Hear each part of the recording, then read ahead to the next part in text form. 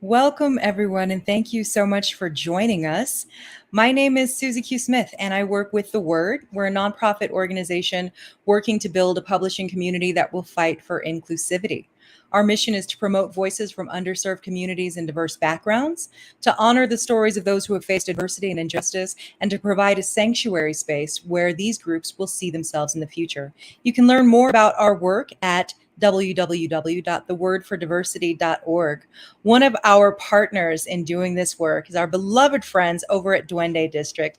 And I'm proud to introduce right now Angela Maria Spring, the owner of Duende District. Thank you so much, Susie. I love you guys all the time. It's so mutual. And I Angela is going to introduce our readers today. I am. I also I'm actually so I can't, just so you guys know, I can't put anything in the chat for some reason. That's just like the one feature of StreamYard I can't do. So I do want to shout out Tara Campbell because I just saw that she's in the audience and I adore her, and she was instrumental in the beginning of Duende. So I just thank you for being here, Tara. And I know you and I would have never met Yohanca Delgado if it wasn't for Tara. So truly instrumental in my life. So thank you. Thank you, everyone. Thank you for being here. Huge thank you again to our friends at The Word. We're so grateful to have the opportunity to partner with them. These are phenomenal, events, and I just, like I said, I look forward to them every month.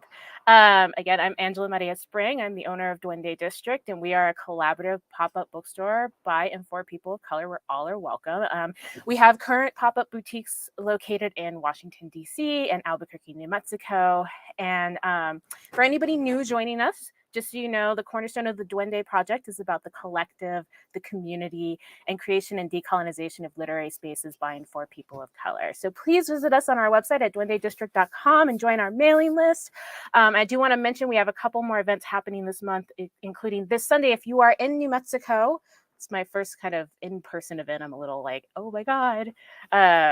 It's so this Sunday, 3 p.m. Mountain Standard Time. It's at the National Hispanic Cultural Center, and it's for the Afro Mundo Festival. I'll be selling books for the Beyond the Pale reading and panel, and that is going to be with Mayra Santos Febres, Eleuteria Santiago Diaz, and Lueda Maritza Perez.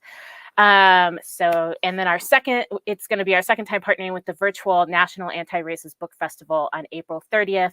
So please check that out as well. We're really excited about that. So thank you for all of that.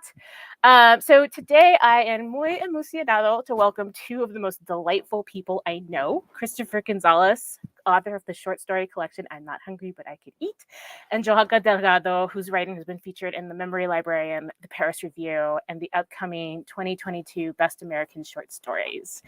And Chris and Yohanca are also fiction and assistant fiction editor at the wonderful Barrel House magazine. So this is like an even more special conversation.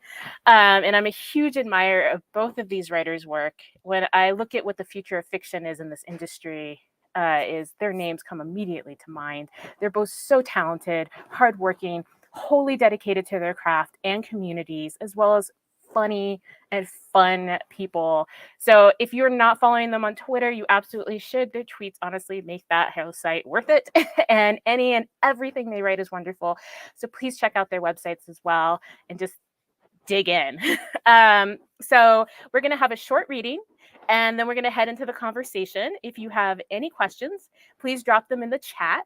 We'll also drop links to buy the book. So let's learn a little more about our wonderful guest. So Christopher Gonzalez is a queer Puerto Rican writer and author of I'm Not Hungry But I Could Eat, a recipient of the 2021 Artist Fellowship in Fiction from the New York Foundation for the Arts. His writing appears in Poets and Writers Online, The Nation, Catapult, Best Microfictions, and Best Small Fictions, among other journals and anthologies. And he currently serves as fiction editor at Barrel House magazine and lives in Brooklyn, New York, but mostly on Twitter at Lives in Pages. And Yohanca Delgado was born in New York City to parents from Cuba and the Dominican Republic.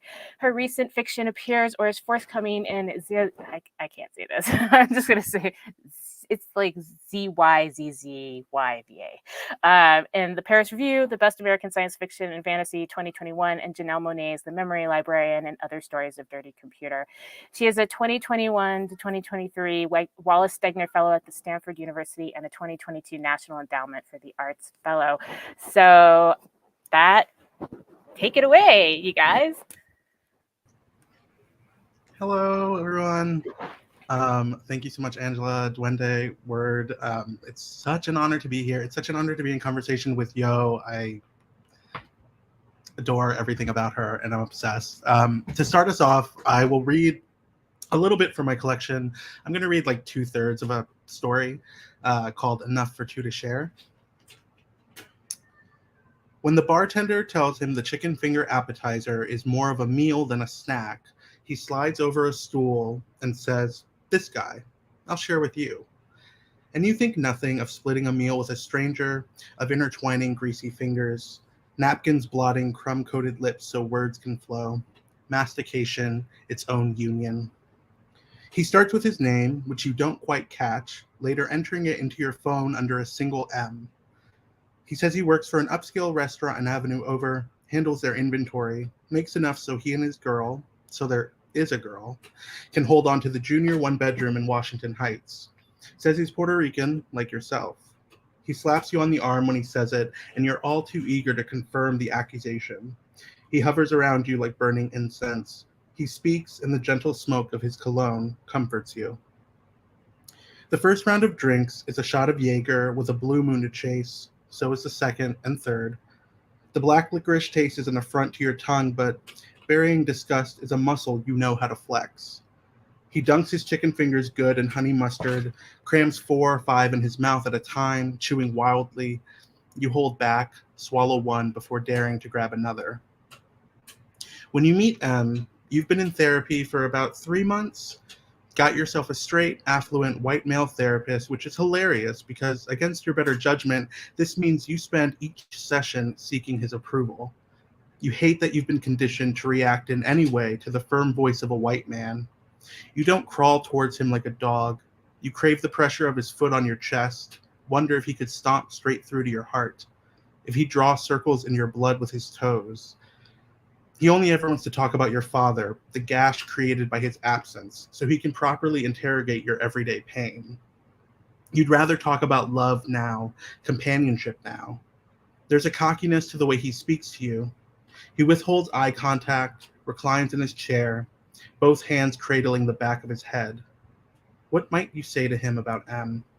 How, after 2 hours of drinking yourself dizzy and listening to him talk about the fights he's gotten into, over women, for women, with women, to spite women, you stay and order another round of drinks, charge it to your aching credit card. How you don't flinch when he says his girl hangs around with too many fags, or when he says no homo after grazing his knuckles across your knee. After the 5th round, you feel intoxicated by the pure liquor of his trust. You double over laughing and throw your arms around him for a hug, just a hug between dudes, friend shit, nothing gay about it, nothing at all, and make a temporary home from your cheek pressed into his neck. You're a little funny, he says. Somehow you're both outside, and there's a cigarette between your fingers. The nicotine has you floating in place. He asks if you've ever been in a fight. You don't grow up like us and not get a few scrapes. He avoids eye contact when he says it, releases the words into the night air, but you catch their meaning, the greater similarity that you share. You tell M about the summer afternoons spent in your father's garage, throwing your whole body into a punching bag. As a kid, you were predisposed to surrendering, a cause of great concern for your father, who would scold you for picking female fighters in video games, for wearing pink in the summer, for sometimes skipping on the way to the park, as if such choices meant you were a sitting duck, vulnerable to hawks in the sky waiting to pluck you from the water with their hard beaks. He wanted you to know how to fight. You're too chicken shit, he'd say, too much of a pussy. Beating the bag and bruising your forearms and fists against its leather was easier than conversation. While you threw punches, your father hyped you up until your arms went limp. But it made you stronger? M asks. I'm not sure, you say, but I guess I'm here. And I'll stop there. That was amazing. I'm so excited to talk more about this collection and the short story form in general. And hopefully we'll be able to chat with the audience. I know there's a lot of short story masters in the comments too. So I was not sure if I was going to read because I wanted to just focus on Chris, but I'm going to read something very short from the Memory Librarian, in part to celebrate the fact that today is the UK release. And I'm just really proud of this project. So this is from the short story that I co-wrote with Janelle Monáe. It's called Save Changes. And it, the little segment that I'm about to read, I think illustrates some of the like anchoring elements that we were really working around for the story, specifically Gothic. It was exciting to try to infuse some Gothic into futuristic sci-fi and surveillance.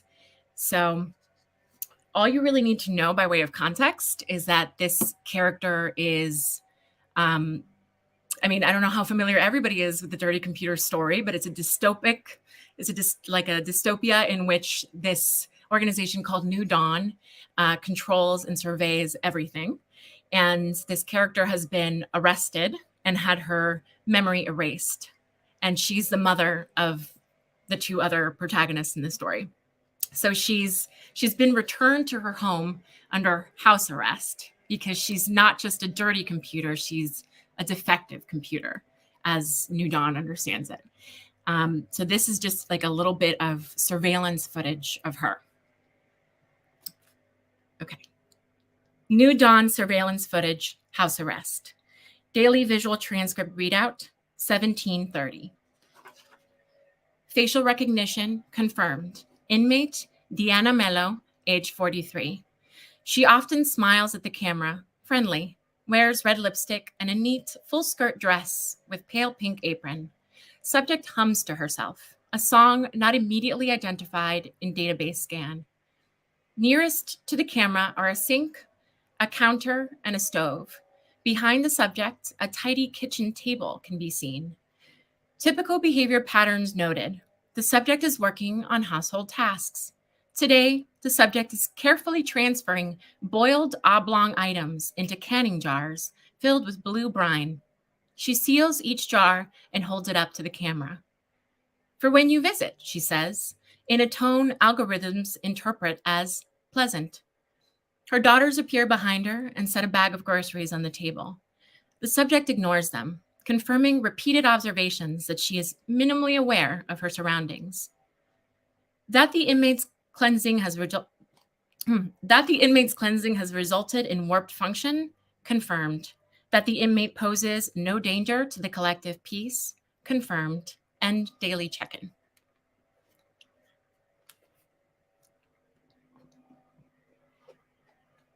So I'll stop there, and I feel, oh, was that Angela coming back? Angela coming back.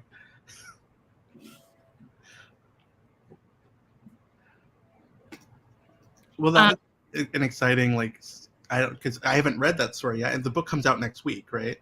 Yeah, the 19th. Yes, it's gonna be so cool. The whole project's so cool.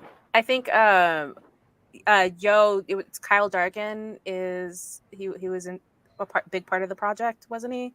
Yeah, he's the editor for Wonderland Books. So all of this is has his hard work behind it. Huge shout out to Kyle Dargan. He has been a wonderful supporter of Duende, and he's just an amazing poet. And I know he's over at American University, so that's very much in our DC community. So yay, Kyle. But yeah, that's such an amazing project, and I just want to hear about both of your. I don't have a copy of the Memory Librarian, but I do have a copy of Chris's book, so you guys can all see his gorgeous book. Please buy it. They get mad at me when I'm like, just buy it wherever, because they're like, no, buy it from Duende. If you can buy it from me, please buy it from me. But if you can't, it's okay. The way I feel about it is that people will support us when they can. So that's how I've always felt about it. Anyway, onward. So you guys, you promise that you're going to be able to talk about stuff. Like, so you're on literally opposite sides of the country at this moment. So Yo is in California in the Bay Area. Chris, you're in New York. So I feel like the literary scenes there are both hopping but different. You want to speak to that? Oh, no, actually, this is a good topic because, Yo, you like, I know you're from New York, but do you feel like your literary, the literary community that you sort of like came up in, was it New York or was it more DC? Because I feel like I grew up in Cleveland, but New York has been very much my like backdrop the last almost 7 years. But also I know so many DC writers, and I feel like there's that influence as well. I mean, New York is very sprawling. There's so much going on. I feel like I had to go outside of it to find a community, and then I have now, like within New York, a stronger community, if that makes sense, even though I've been living here for the last 7 years. Yeah, I'm interested in hearing about your sort of influence and the community that sort of like ushered you in. I'm definitely a DC writer in terms of where my where I learned to the basic elements of fiction. Like I feel like I was like I don't know where I was, but I wasn't online. Like I wasn't like mentally online and writing until I was in DC. And so it's a specific kind of home. Although I find that I just keep writing New York. And I one of the things I wanted to praise about this collection is it does such a wonderful job of capturing the New York, that like frenetic, crowded, so specific to New York kind of chaos. Like I feel like this story collection is like a mini New York. Yes, I feel that way. Absolutely, 100%. When you read it, if you've lived in New York, you're just like, yep. Everything. Sheer food choices. Yes. Alone. I really appreciate that, mostly because, I'm trying to be very aware of like being a transplant, right? I mean, like I have family in New York, and I have family who grew up in New York, but I did not grow up in New York. And so I didn't want to write like a New York story, like capital NY, but like I felt like, how could I not write about my 20s, and how could I not write about the experiences I had without sort of like capturing the energy and the loneliness at times. It's like frenetic and chaotic, but it's like deeply isolating and like at the same time.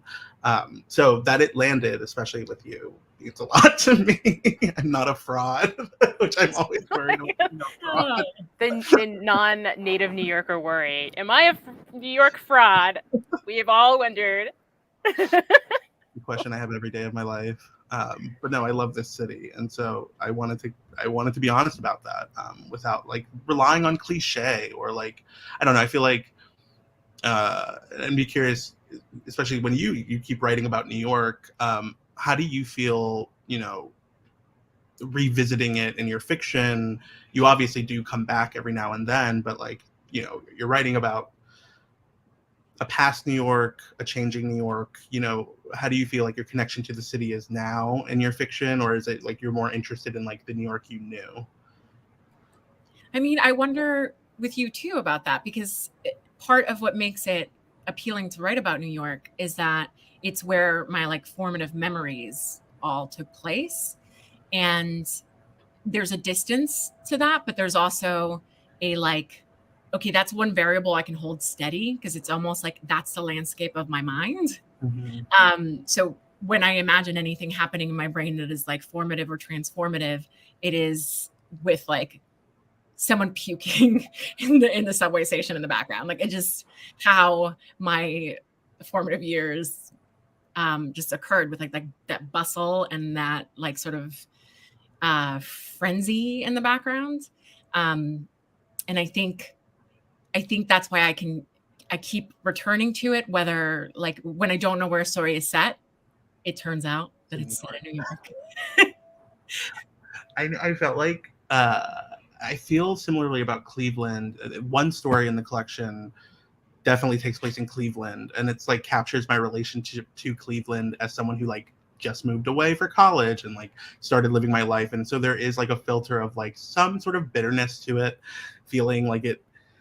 But now when I go back to the city, my relationship to it is different. My family still lives in Northeast Ohio, and it's like I haven't written about Cleveland. I've tried, and I feel like I can't do it anymore because I don't have, like, all of my emotions to it come from such a very, like, teenage, like, dislike and disinterest, and, like, I need to get out of here, which I think you can only do so much with that in a story. You know, I think, like, I'm learning to love the city now, and maybe that means, like, in a few years I might be able to apply that to fiction and, like, figure out what makes, like, the suburbs of Northeast Ohio tick. But New York, I always had a deep love from the moment I got here, even when it was, like, kicking my ass and, like, I was struggling. And I do think, I think that sort of, like, deep love is very important, you know, to sort of, like, pivot to a related topic, but, like, sort of how to love the things that are, like, difficult, people who are difficult, and render that in fiction through that sort of empathy that I think is needed, right, for, like, a good story, whatever that means. I love that. It's really interesting. I was talking to Ada Limon yesterday, and we were, because she's in Kentucky, and we were talking about, like, what it was like for me. So I've been in New Mexico the past couple of years, and, like, how to write, because I was in DC. You know, also I just got back from DC, and I didn't realize how badly I missed it in so many ways. But when I was there, it was so hard for me to write about the city for some reason, you know. And so it's interesting. You know, obviously you and I, like, came from DC, like, that's where we know each other, and, you know, definitely we're writers together in that way. But and I have so much community there, you know, like, just so much. And of course, most of my community tends to be poetry related, but it was really difficult for me. And I was talking to Ada about, you know, she had a poem, I think, in The Carrying, where she talks about, like, the naming of things like trees, and how she, you know, how I resisted naming, like, just things. And, like, I was there and I was just like, what the hell is that bird? And I never in the entirety that I lived there ever said, what the hell is that bird? And then looked it up. And then suddenly, like, a poem came to me, and there's, like, this whole thing. And it's just like, and I wonder about that disconnect, right, Chris, that you're talking about, where it's like that disconnect from Cleveland. When I was in New York, I found myself writing about New Mexico all the time, you know. And then, I know you're, you know, over in the Bay Area, and that's, like, a whole new thing. So, you know, you're doing kind of the double disconnect, where you're writing about New York, but you came up in DC, and I fully believe at some point you're going to end up writing about something about DC. And I feel like, do you guys feel like that's something, like, all of us kind of struggle who are in these urban areas and kind of bouncing around? So. I think the struggle to, like, hold a place in your writing and, like, map it on the page in a way that feels legible to you and to a reader second, but first to you, is a struggle no matter what. I do have a DC story, and it'll be online soon. It's in an anthology for DC women writers. So I keep an eye out, but I think they're going to put it online in the next couple of weeks. I think it's a lot easier for me to, like, praise and be amazed by other places. Like, the DC Metro is insane. Like, it's so beautiful. It's, like, cathedral-esque, and it's for commuting, and it's so clean, and they close it so they can keep it clean. It's, like, mystifying. And Palo Alto has these, like, gorgeous redwoods. It's astonishing. It's so beautiful. It's so easy for me to see that beauty that I think it's just part of my, like, it's just part of my default brain scenery in New York. I just, like, don't see that stuff anymore, but I notice other places much more. I think there's a lawnmower going on outside my window. It's, like, raining outside. Speaking of, like, geography, it is, like, a torrential downpour happening. So we have all the elements. Oh my gosh. I saw the comment from Ophelia, who's like, just, it's so weird, because it's like, think about, my Puerto Rican family, when they, the ones that weren't there were in New York and Brooklyn, and, like, my grandfather owned a liquor store in the Bronx, and some of my tias owned, like, stuff there. So I think in my head, there was a mythology there for New York City. Mm-hmm. And so I feel like, Chris, you're, not having that connection. You're kind of having to create your own mythology in your own New York, which I think is really wonderful. Yeah. And I think, I would, and also like I would never deny that like my fiction is like autofiction in some way. So it's very much like I'm borrowing from the New York that I'm living and experiencing to an extent, and like stories from friends. But I'm curious, like you do a lot of like speculative work that, but like is filled with like it's speculative and like it deals with like mythology, folklore, and like like or nursery rhymes. And but you meld it with like such humanness, and I'm just curious, like where or why is like such a pointed question, but like how did that become sort of like your entry point into telling stories about community and like people from like I know like Latin America, like New York, right? Like how did that become your entry point? That's such a great question, and I wish I had like some sort of fantastic answer. I think I don't know how someone moves into that, like into the sort of speculative fiction register, but I think it's like part of the sort of individual language that I happen to be able to access, if that makes sense. That's just like the sort of cadence that I tend to write in, that I tend to sing in, is like, what is the craziest way that I could spin out a question that I have, and make it something fantastical so that I can see it better. Like I know, I realize how unhinged that sounds, but like I love the weirder it is, the more I feel like I can separate the abstraction into something that I can like sort of see from every angle. No, that's fascinating, because I feel like when I think of like my own work, I feel like I'm holding like a magnifying glass to like interaction and like very mundane experiences and sort of excavating to like the emotional core. So I feel like you're sort of like panning out and sort of capturing like something very beautiful and like and fantastical, and I'm like doing like the opposite, but they're sort of accomplishing the same, or attempting to accomplish the same thing. But sometimes I'm like, maybe it's a little too like narrow focused for me, but I feel like that's how I've like been able to like explore emotion and like human emotion. I love that. And I think one of the questions that I had for you when I finished I'm Not Hungry But I Could Eat, which I loved, was this, it was something you already mentioned, this auto-fictional framing, which I think is, I don't think I've ever seen it done the way that you did it so delightfully in the opening pages, which are, okay, first of all, your taste in epigraphs is impeccable. Robin and chicken tenders, like, yes, please. But there's this note at the beginning. Please note, every narrator and protagonist in this collection is a bisexual Puerto Rican cub, with the exception of one. In that story, the narrator is gay. And I feel like opening a short story collection like that tells the reader something about how you want the reader to position the stories in relation to you. And I wonder if you could talk about that, because it was such a cool, interesting choice, and I've never seen it done anywhere else before. No, thank you. I know, like, it started out as a joke. I like tweeted it. I was like, maybe I should. I think the initial impulse was, I understand how whiteness and like white publishing operates and how it treats marginalized writers, and like I'm like, they're going to assume it's autofiction.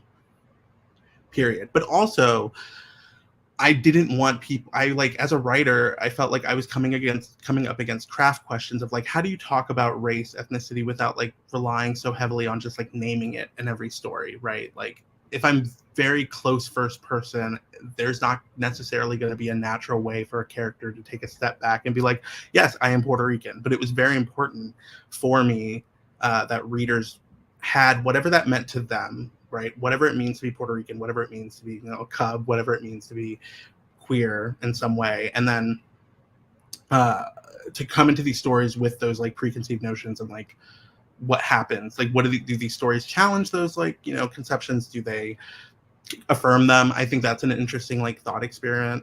I don't need people to like tell me that, but like for the reader, I think it's like adds something challenging to the experience maybe. And also like tonally, I was like, oh, like one is gay, and it's like, I know which one that is, but like would someone else know who that is? And like to what extent does it actually matter if like, I'm just like capturing sort of like queer narratives, like specificity matters, but like to what extent, you know, these are sort of the questions that I was coming up against, and I thought playing with it and making it a part of the book would be interesting. And my editor also, you know, pointed out, she's like, these are all characters who are sort of unsure or like not necessarily unsure about themselves, but unsure they're being understood or perceived in the way that, you know, they feel. Misunderstood is the word. And this is sort of like a bold stake of like, you know, like this is who we are. So it was like all of those various factors were like in play when I decided to do it, and then decided to actually like make it a part of the book instead of just a throwaway joke.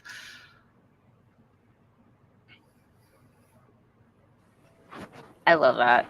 Yeah, I love that you asked about that, Yo, because I was like, when I opened up the book, I was like, and now it's upon me to figure it out. Like, which is good, right? Because otherwise, how do we challenge ourselves as readers? How do we engage with the material in, you know, a way that matters? So.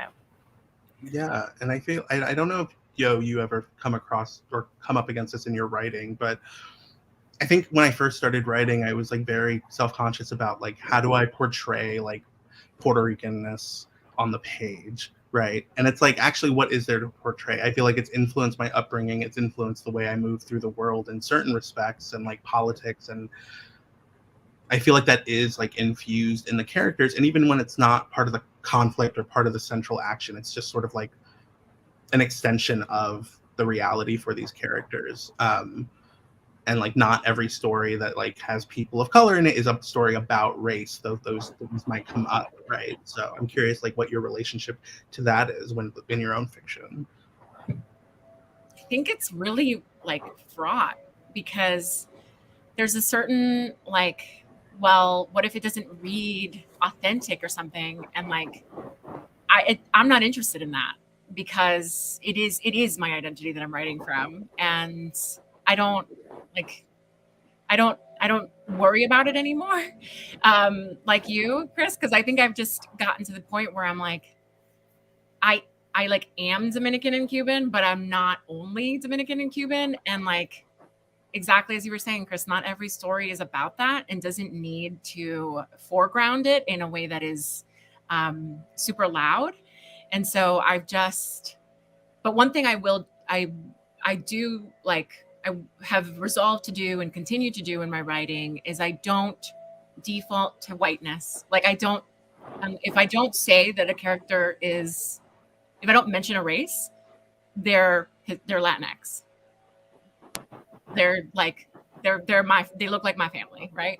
And I think if every writer did that, we would have a much more like nuanced take on what writing identity looks like.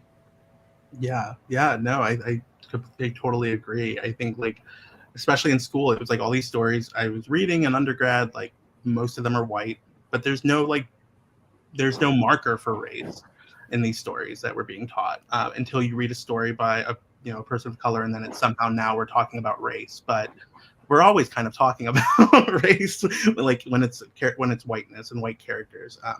But no, I love that. I also don't default to whiteness anymore in my fiction. This is really great, because you know I'm going to ask you guys about, because the decolonial aspects of your work, which is all, I'm obsessed with that.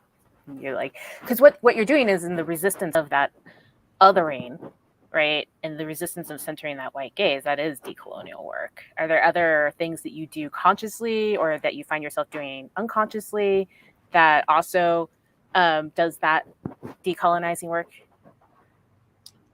I think I think like a lot of the narrators or characters in these collections, right, they would identify as like cis men, and I feel like especially when we're talking about like Latinx men, there's like a very specific stereotype that comes to mind, right? Like hypersexualized in some respects, or like very like machacho, like misogynistic, and like or like, and I was like, well, what happens when you add softness to that? And so I sort of wanted to like expand what masculinity can look like, that it's like sensitive and like you know, people who identify as men can still like suffer from like, you know, the patriarchy in terms of like upholding and trying to fit to the standard and mold. And it's all about like, I don't think I'm like doing anything new, but I think I'm just like adding another, you know, point of view to it and expanding it. And I think that's all I try to do, is just like, in going back to the like the question of like writing about like being Puerto Rican, it's like, yeah, I'm like of the diaspora. I'm like a diasporican, which is like obnoxious in its own many ways.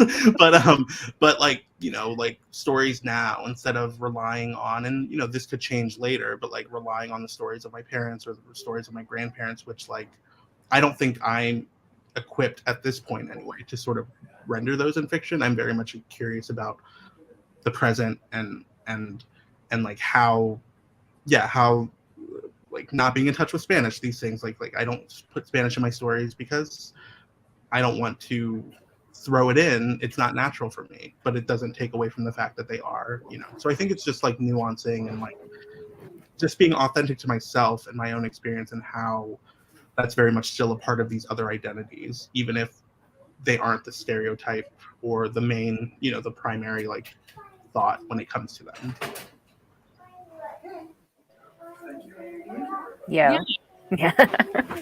I think I'm doing something like the inverse, in the sense that because I'm working on a sort of historical fiction novel, I'm going back, like I'm going physically to Dominican Republic to research my own lineage, which is tough because I'm descended from enslaved people, Taino and African, and it's rough going finding written records of folks who have been literally erased from history, in as many ways as these governments could find. And so in recognizing that I'm, you know, in the present and can only know so much and understand so much, I'm also realizing how important it is to try to unearth as many of these narratives as I can, before, like, you know, my remaining I have one grandmother left before she passes. And so I'm thinking about how to hold those stories as sort of closely as I can. And while I'm writing things that are modern, or, you know, that are narratives that are very much contemporary, trying to infuse as much of that as I can as possible, right? Like thinking about ways of introducing those old stories, but remixing them so that they feel mine. The Paris Review story, The Little Widow from the Capital, is an example of that because it's based on the nursery rhyme, you know, arroz con leche se quiere casar, you know, and I wrote it as an adult short story with adult characters, and that was really fun because it allowed me, like, it's like a fairy tale retelling, right? It allowed me to take something that I grew up hearing and trying to hear it in a different way, which I thought was really fun and sort of valuable for, I don't know, for carrying stories from the past into the present and hopefully preserving them for posterity in the future. That's so powerful. I'm so glad you brought that. Like, I know we talk about it a lot, because I'm also trying to find, especially from my Panamanian side, actually has a lot of is Martinique, and also descended from, somebody was a slave, and I don't think it actually goes that far back. And so we're constantly like, how do you even like find their names? How do you rewrite the stories? Because obviously my great grandfather came to Panama and was light enough to pass as white, and he changed his entire story and family story, and that is what we grew up hearing, right?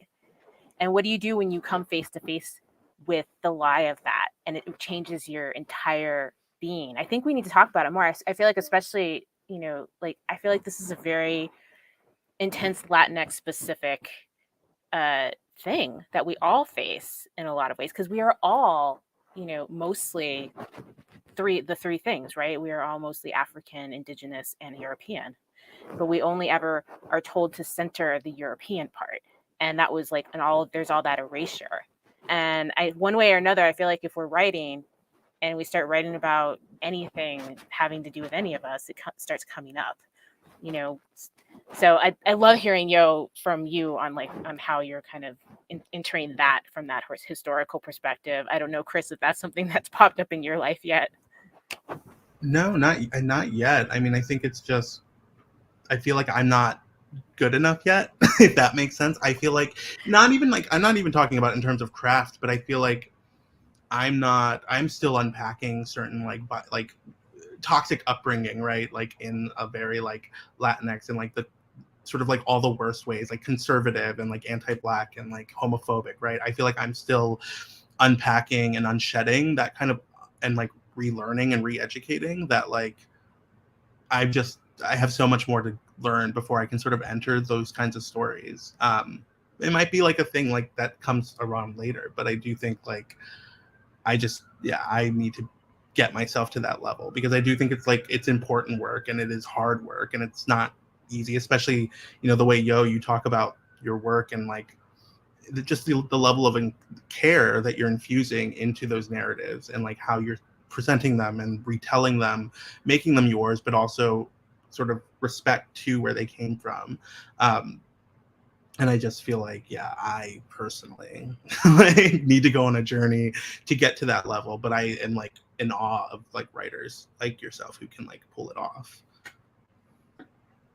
Thank you. But I'll also say that like the reason that we have this sort of problem is because there are people whose stories like didn't get written down in the moment. You know what I mean? So I feel like there's so much valid work being done by just writing contemporary stories that are very much centered in the issues of now. So I mean, I would not downplay anything about this collection, about your writing, but this collection especially, which feels so like palpably of this moment. Like there's something super like satisfying about feeling like you're in New York, like right now, reading this collection. In a way, I feel like I wanted to ask, like, how much of this was written during the pandemic, or because there's a certain like tender but like kind of vicious like loneliness in some of these stories that I felt particularly resonated with, like how many of us felt during the pandemic. That kind of like feral despair about how alone one felt on the planet during those lockdowns. And I mean, to a certain extent now, I think we're just so numb to it. But I wondered about that. That's a really great question, and it then makes me feel like I have been this feral and lonely my entire life, but like especially since college. But I actually wrote 2 stories at the very start of the pandemic as I was like preparing the collection to submit it to my editor. The one that I read from, Enough for Two to Share, which is about an encounter between 2 men that sort of unfolds over the course of the night. And then the other story was Tag Along, which is the penultimate story, which sort of like takes place in a bar, and it's very much about like modern dating and like identities and like feeling like you can't sort of connect with anyone, which is interesting. That I wrote that I started it in like April, May 2020, thinking back on my own experiences, but maybe perhaps unconscious or subconsciously I was infusing the loneliness of like the present too in that. But I think the reality is I've just been a very lonely person, or a person who's just longed for connection in many ways, and it never seems to get it. I mean, that's sort of where the autofiction comes into play. It's just like that emotional experiences are very much mine, even when the actual events of those stories are not. But I mean, speaking of for you, how has the pandemic shifted either your writing or the energy you bring to your writing? I think for some it provided a lot of time. For others, like maybe there's like I feel like I was doing all this like introspection and like coming up with like new epiphanies about my life and like how I thought about things. So I'm curious, like, if it in any way influenced sort of your own storytelling. So my my spouse was overseas for most of the first year of the pandemic, and I was just like alone with my like very elderly dog. And my mom has this expression that I think it's a Dominicanism, but it's like don't drown in a glass of water. And Angie Cruz has a book coming out. I was just thinking. I love that expression because it's often used to describe me and my like dramatics. And like during the pandemic, I was just like crawling up the walls. Like I like did not know what to do with myself. Other than like I was like for sure not writing. But like I was like, I don't know what to do. Like it just like created all this mental chaos. And I like I have nothing that like, I don't know how much I have to show for it. I mean, The Little Widow from the Capitol story was written during the pandemic. But it was pretty much the only, like, it was like my sort of mental escape. And it was like, I think maybe like one of the only things I was able to write. So I didn't, maybe it's because all the days got super like runny and kind of like slurred into each other. I honestly could not, never felt like I was doing anything that was like meaningful. Other than like walking my dog like way too far. Every time I checked in with Yo, she was like in a workshop, like a virtual workshop. So like, first of all, I was very worried about you all alone in the apartment with your dog. But then every time I text her, I'd be like, so what are you doing? And she'd be like, well, I'm in this workshop or I'm like doing this, like just, so whatever you did, it like just your whole brain is full of information from all of those classes you took. It was like, I was in awe, honestly, and also a little worried. I do want Chris, sorry to like because there is one question in the chat, but I also wanted to let people know because I see some incredible people from our community here, and I know you guys have questions that you want to talk about. So please drop any questions you have in the chat because we've only got about like 12 minutes left. I think. You mentioned that proximity alters your lens when it comes to writing about place. How does proximity impact your relationship to your own story and the way it shows up in your stories?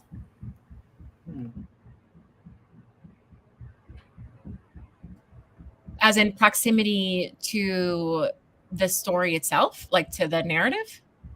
Or like experience that you're drawing from? Maybe it's the maybe it's both. I'm not sure. I think this is a Susie question. Well, in both cases, I find that the closer I am to something, the less able I am to see it in a way that is in a meaning-making way. If something is happening to me like right now, I'm not the sort of writer who can immediately spin the cognitive wheels and churn something out. But I'm very impressed by people who can. No, I think I'm in the exact same boat. I mean, like, even if I attempt to start it, what it becomes is just sort of like an itemization of events that occurred, but sort of that's not a story. That's not a narrative necessarily. There's no subtext, there's no depth, because I do think for me, I need that distance to sort of take stock of like what happened, if it's like drawing from personal experience or just like looking at the story that you're working on becomes like a puzzle and it requires its own like pieces or like tools to fix it or, craft it. And so I find distance is the most helpful thing. And like, literally just like not looking at the Google Doc for 6 months, sometimes 2 weeks, sometimes months, sometimes a year, and coming back to it with fresh eyes, new experiences, new thoughts, and like sometimes as a stronger writer in some cases to finish it. So distance is definitely necessary. I have a related question because this is something I've finally figured out about myself. Do you have seasons of writing? Because I finally realized that in the summer, it's like I'm storing up everything and then I just vomit out a whole bunch of poems. like I have ideas in my thing and I write down pieces and fragments and whatever, and then I just pull up my notes document when June rolls around. And I'm like, maybe it's because I'm 40 and I've been writing long enough that I can realize that physical rhythmical part of my body and how I put out. But so I'm wondering if you have that at all, or like if that's ever occurred to you. I don't. Am I just a freak? I'm just a freak. No. I think I am. I think we all have cadences of writing.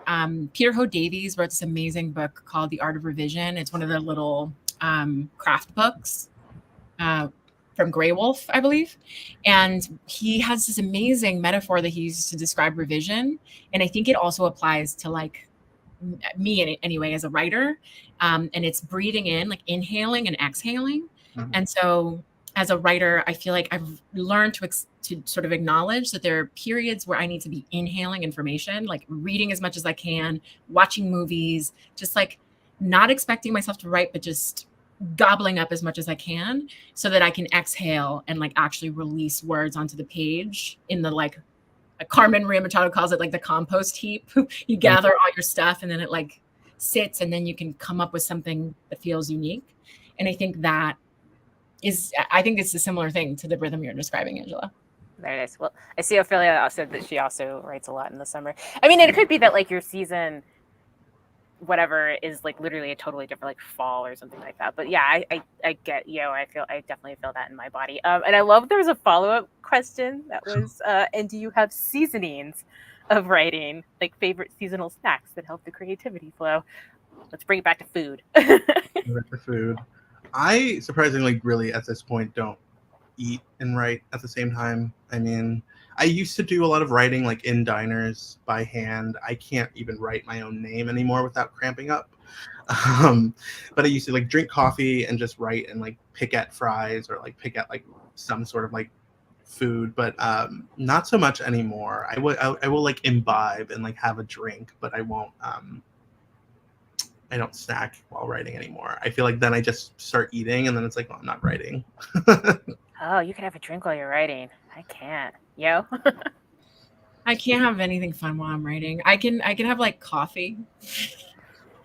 And then I'm just like really jittery at the keyboard. Like that is my writing scene. I feel like if I'm agitated and anxious, then I feel like I'm in real writer mode. But if I have like a snack, then I'm just like, oh, I'm going to watch a little YouTube while I eat this. And then I never come back. Just like disappear into your thing. Oh, question from Tara. What is your trick for snapping out of either writer's block or the everything I write is garbage, self-loathing all of us go through at some point? I was just listening to something today where somebody was talking about they didn't see writer's block, they saw fear. So that's like a good way to... I think I'm stuck in a writer's block, or maybe it's fear right now. Truly, I think I haven't found a way out of it this time. You know, with the collection and with working on the stories, it would come and go, and I would take some time. I'd read. I'd consume other types of art, and that used to really work for me. Like listen to my favorite musical, or watch a movie, or just like be out in the world. But I'm finding after finishing this collection, I'm afraid of sort of like I'm one note. And so I find myself writing sentences that feel a little too familiar, that feel a little too much like what I've done. And so I'm trying to figure out how to push myself as a writer. And I think it's terrifying at this moment. So I haven't found it. I don't think I'm at everything I write is garbage, but I am like, I don't know how to write anymore. That's where I'm at. I want to join you in that sentiment. Like I will be like, how do you write a short story? To like pretty much everyone. I'm like, how do you do it? Just like if you were 5, explain it to me. And I think part of it is acknowledging that a writer's block could be about this cadence for me anyway, it could be about this cadence of like, I'm not ingesting enough. Like I'm not reading enough. I'm not just sort of passively consuming enough to feel like I have something to add to those conversations, if that makes sense. I find my first sort of line of recourse if I have to write something is to like watch as many movies as I can, read as many short stories, like go for a walk with an audiobook, like just flood myself with possibilities. Because part of it too is that you learn what's possible narratively, Mhm. formally, by consuming a lot and seeing what other people are doing, both contemporaries and sort of the writers of the past. And I feel like that helps a lot. Also, really tiny word counts, like two words, 10 Yeah, words. get them down. Yeah, 1,000 is like, to your point, Chris, I feel like you just end up repeating yourself, and like I write in circles, like basically Yeah, becomes a journal, and like no one cares. But I I find that making it as small as possible so that it feels like, okay, I'm putting down quality words, or I'm trying to imagine my way into a story, as opposed to just like racking up points, can yeah. help. One thing I'll add to before we move on to, I think there's another question. I know I like sometimes will write on my phone. I'll just have the Google Docs app, and I think Amber Sparks had tweeted once, like she's like, it's like sending a text message. The stakes feel lower, and I think that's true for me. It's just like I'll just rattle this off and like edit it later, and I sort of don't. When I'm at the computer, it's a little like I can go back over a sentence over and over, but if I'm on my phone, it's not. There's very little like in like real time revision that's happening, and so the first like 200 300 pages might be garbage, but I do feel like I start getting into, I like that you use the word cadence. I do feel like you start getting into that, like, and like slowly but surely something starts to form. So that's been helpful sometimes. We'll get to Christopher's question. I will say this. So, I've been a beat reporter on a newspaper, on newspapers before. Writing is a muscle. And sometimes it really helps to just not write in your genre, just be writing a lot in something else. This is why people talk about like journaling and stuff like that. But it really, and then when you sit down to write what you want to, like in your genre, I feel like then the writing becomes more quality, but it's more accessible for you when you're writing. But the important thing though is, because I know you do a lot of like other, like you do interviews and stuff like that.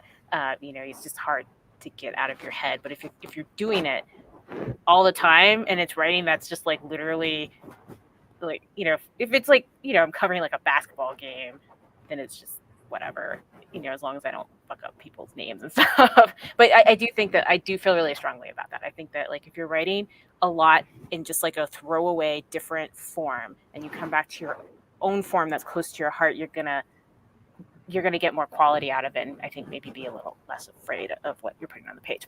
Okay, so Christopher says this might differ between projects. This is like the other side of the question. This might differ between projects, but where do you normally start with writing short stories, and what are your processes like? It's like a huge question. I think for me, I have to be like an idea, whether it's an image or whether it's like a situation. And I do think with this collection in particular, as I was sort of fleshing it out, it became like I started thinking of like stories as almost like mini sitcoms, and think of like what's the premise, what's the situation that's going to like be the central conflict or question, whatever. Sort of like Friends, the one where like so and so does whatever. And then I think about it a lot. Sometimes it takes months before I can like sit down and like write to a story that I had an idea for.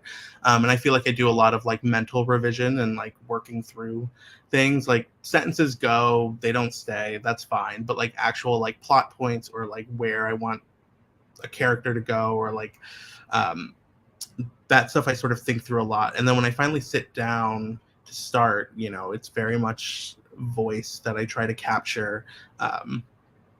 And I see where that takes me, and I follow that sort of like energy.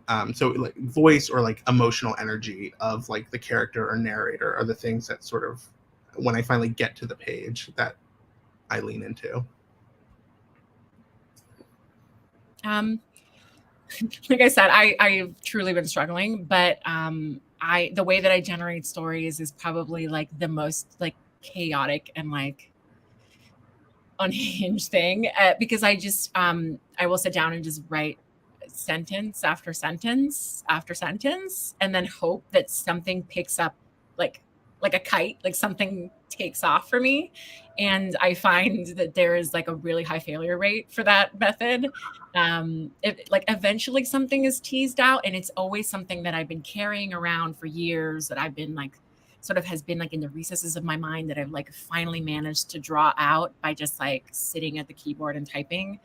And then, you know, once I get like a draft that feels like it's story shaped, I share it with my writing friends, some of whom are here, Tara and Derek, and basically do like a sort of soundness check, like where are the hollow points, what's missing, and then I'll often put it away for like a year and return to it and see if I can reshape it into something that both holds true to my original thought, but also responds to what people saw was lacking. But that's my process now. All right, this very last question. Let's just, if you have something super fast off the top of your head, and then we'll say goodbye, alas, is what's the best writing advice you've ever received? So I have this answer ready because I've heard this question before, and this really does remain the best advice. Richard McCann, who passed away, was my very first workshop instructor at American University. And he was teaching me how to write nonfiction.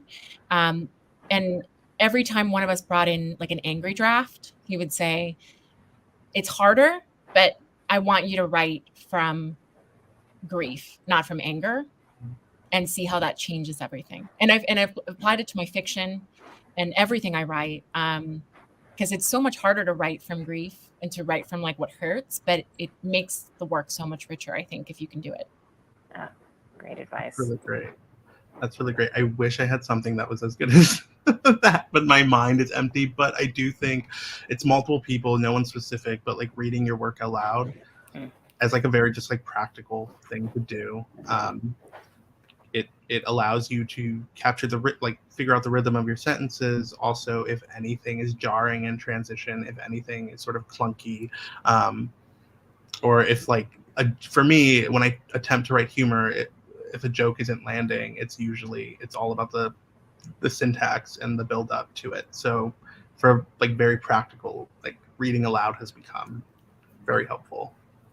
Practical and magical. Oh my God, you guys, we could talk all night, right? Like, you are both amazing. Thank you so much. Love you both. Buy the books, read the books, read all of their stuff. And I believe this will be recorded, so you can check it out later. So much good stuff in here. So many good things. Thank you so much. Thank you to The Word. I don't know if Susie's going to hop back on.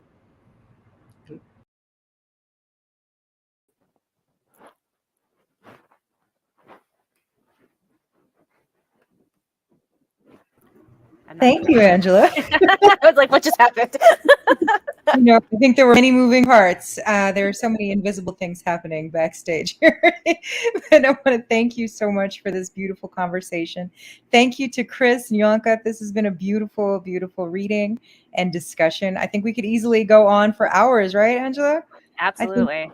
The Duende Word event. It's where we can talk and talk for hours. Yes. And this is being recorded, so it will live on our YouTube channel. So this link that you're watching on will stay live, and you'll be able to watch this as many times as you like. So again, support these authors, check out their work, follow them on Twitter. The links are all in the comments, so please check them out. Please support Duende District. You can learn more about them online. And also, please come check out what we're doing at The Word. You can look at our website, thewordfordiversity.org. We are working right now on our annual editor-writer mentorship. We're also gearing up for the Margins Conference, which is going to happen in August. So please join us, check out our website, and we will see you again for the next event. Thank you, everyone, and farewell. Thank you.